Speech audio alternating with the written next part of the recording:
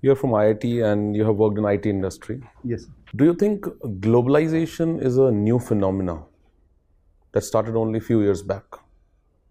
Or has it existed since the ancient history time or even before that? Sir, mostly the term globalization, mostly we associate post the World War II and era of globalization, so that dependency between a nation increase and there's less chance of conflict.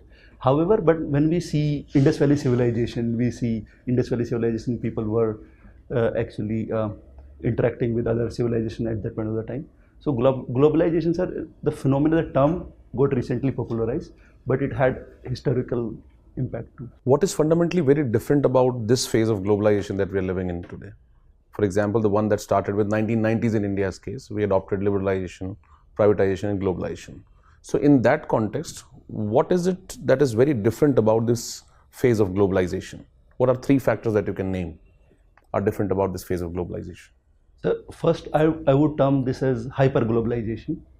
Earlier, people having like globalization interacting with each other. First, sir, now in this stage, they started mostly working on one specific problem rather than building a solution at all. For example, sir, if I want to build a Maruti car, I can make one bullet, and one steering can be made.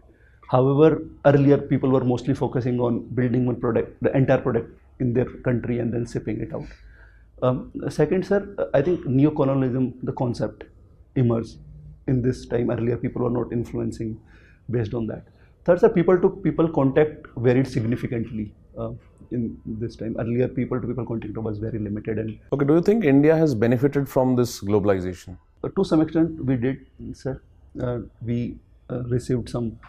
Our economy is actually growing a lot because of globalization, but there are also threats that China poses on India's sovereignty, and tax sovereignty also nowadays is a big talk point. So why do you think Donald Trump is imposing tariffs? It is an anti-globalization move. yes, sir. So do you think we are going to enter into an era where we will see the end of this phase of globalization? Sir, post-COVID, mostly people understood that you have to build our self capabilities. So solely depending on global supply chain would be problem, and then they opted China plus one strategy.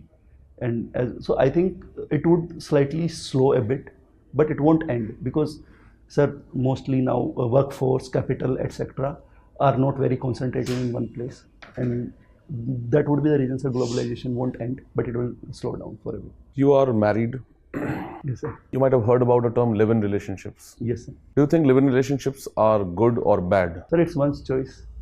Who are we to judge? Okay. How is it different from marriage? So marriage, we mostly get like in the laws, whatever the provisions, my spouse will get. However, in live-in relationship, they are not entitled for all these perks. And how is the institution of marriage changing in the present times?